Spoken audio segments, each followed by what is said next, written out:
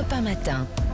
7h46 sur Europe 1, le Club Culture, Lionel Gougelot. Avec Nicolas Caro notamment pour les livres. Ce matin, le livre que vous nous suggérez, Nicolas, alors ce n'est pas un roman, mais ça se lit comme un roman. Oui, ça s'appelle Tokyo Crush, coédition Les Arènes et Common, je ne sais pas comment on dit, une maison d'édition spécialisée dans le Japon, toute nouvelle.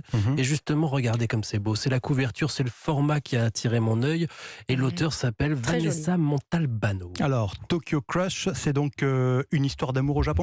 Et si on veut, c'est l'histoire vraie de Vanessa Montalbano. En 2016, elle part avec son chien Edgar au Japon. Elle est française, elle est jeune, elle profite du programme, vous savez, vacances-travail, au moins pour un an. Elle est simple, là-bas elle se trouve un petit boulot, mais elle ne parle pas la langue. Elle avait trouvé un appart en fouillant sur le web, mais elle a pris ce qu'elle pouvait, sans compte bancaire local et surtout avec un chien, c'est très très compliqué. Alors elle se retrouve dans un quartier vraiment très mal famé. La maison tremble plusieurs fois par semaine à cause des mini-secousses sismiques. Mais au bout de quelques semaines, elle trouve un appart, un autre appart, le quartier est beaucoup plus chouette, les gens gentils, ça va mieux, elle flâne, elle profite. Mais il faut absolument qu'elle parle japonais maintenant. Pour ça, il faut rencontrer des gens. C'est connu, elle est célibataire, alors elle s'inscrit sur Tinder, l'appli de rencontre. C'est là que ça devient très drôle, très intéressant. Pourquoi ? Parce qu'elle va raconter ses rendez-vous amoureux ? Exactement, mais surtout, elle parle des différences de culture. Les messages des Japonais qui matchent avec elle, c'est-à-dire qui acceptent l'invitation à discuter, sont très courtois, mais trop robotiques, administratifs, presque. Il y a le système de politesse très codé, le kaigo, faut apprendre tout ça. Pas pareil chez nous. Oui, alors moi, on n'est pas chez les gros lourds. En boîte de nuit, elle raconte qu'elle se fait aborder par des types. Elle leur fait juste signe qu'elle n'est pas intéressée. Et immédiatement, les gars présentent leurs excuses pour le dérangement et souhaitent une bonne soirée. Et alors sur Tinder, on se met en valeur d'une drôle de façon. Là-bas, les hommes donnent leur poids en général. On se décrit comme ayant un visage sel ou sauce soja. Certains donnent leur groupe sanguin. D'ailleurs, ces rencarts lui posent souvent la question. Très important, ça est terrible aussi, les groupes sanguins. Ça dit la compatibilité entre les gens, comme les signes du zodiaque pour d'autres, vous voyez. O, son groupe, c'est leader né, optimiste, confiante, mais aussi arrogante. Mais par exemple, les B sont exclus, victimes même parfois de harcèlement. Et ensuite, il y a des combinaisons possibles ou non. Vanessa, donc elle est O, impossible qu'une histoire ait lieu avec un AB. Même pas la peine d'y penser, ça marchera jamais. D'accord. Elle raconte ses rencontres, les situations improbables, les love hotels. C'est drôle, mais c'est surtout un prétexte pour parler de la culture japonaise et ça devient passionnant. Ça a l'air bien. Autre ambiance que Stupeur et Tremblement de Valérie Nothomb, donc si je comprends bien. S'il y a les mêmes découvertes un peu étonnantes comme ça, où on se dit, tiens, c'est comme ça que ça marche là-bas, c'est intéressant. Oui, effectivement.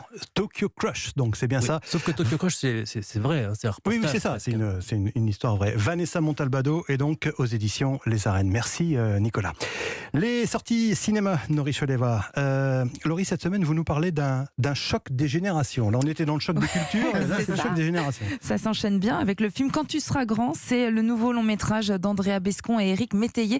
Vous savez, c'est le couple de réalisateurs à qui l'on doit Les Chatouilles, leur précédent film absolument bouleversant sur les abus sexuels. César de la meilleure adaptation en 2019. Cette fois, il raconte une autre histoire poignante, intergénérationnelle, celle d'un EHPAD qui va accueillir une classe d'enfants pour partager leur cantine. Alors au début, forcément, c'est pas si simple et pourtant, ça va donner vie à de très jolis moments de partage. La municipalité m'a demandé si c'est possible d'utiliser la cantine de l'EHPAD pour les enfants. Bonjour. On vous parle de tous nos problèmes et là vous en rajoutez des nouveaux. Attends, c'est quoi ce cimetière là? On va quand même pas bouffer là? On est en sous-effectif, vous aussi. On vient d'arriver, je vous agresse pas moi. 6 résidents sur 10 n'ont jamais de visite. Ces enfants, c'est une chance de les avoir. C'est très humain, c'est vraiment la marque de fabrique d'Andrea Bescon et Éric Métayer.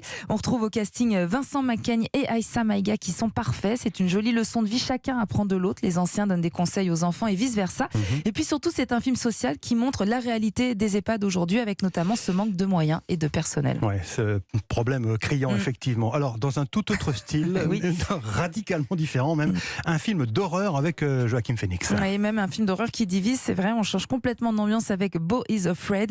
C'est un film dérangeant, effrayant, perturbant, signé Ari Aster. Pour vous donner une idée, c'est lui qui avait réalisé le film Midsommar. Alors là, on se retrouve encore dans une dimension d'horreur psychologique. L'histoire, je vous dis tout de suite, elle est impossible à résumer, puisqu'en fait, c'est un énorme cauchemar. On se retrouve comme dans un rêve, dans des situations improbables, des endroits effrayants qui n'ont aucun lien entre eux.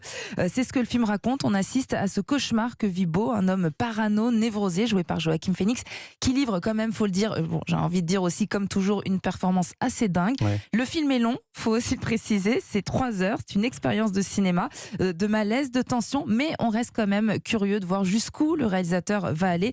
Il va loin, très loin, soit on adore, soit on déteste. Ouais, il y en a qui détestent. Il y en a qui effectivement. détestent, je sais. Avec Supertramp dans la bande originale, la musique de Supertramp. Oui, tout à fait. Merci Laurie Chaleva. Avec plaisir. À samedi, clap sur Europe 1. Oui, à Entre- 17h. Avec Entre- Olivier Marchal, l'ancien flic, maintenant réalisateur à succès. Et acteur aussi. Et pour le film Pour l'honneur qui sortira le 3 mai, parce que nous sur Europe 1, chez Laurie, on parle des films avant qu'ils sortent, Bah oui, évidemment. bah oui, c'est ce qui fait l'intérêt d'Europe 1 et de Laurie Chaleva.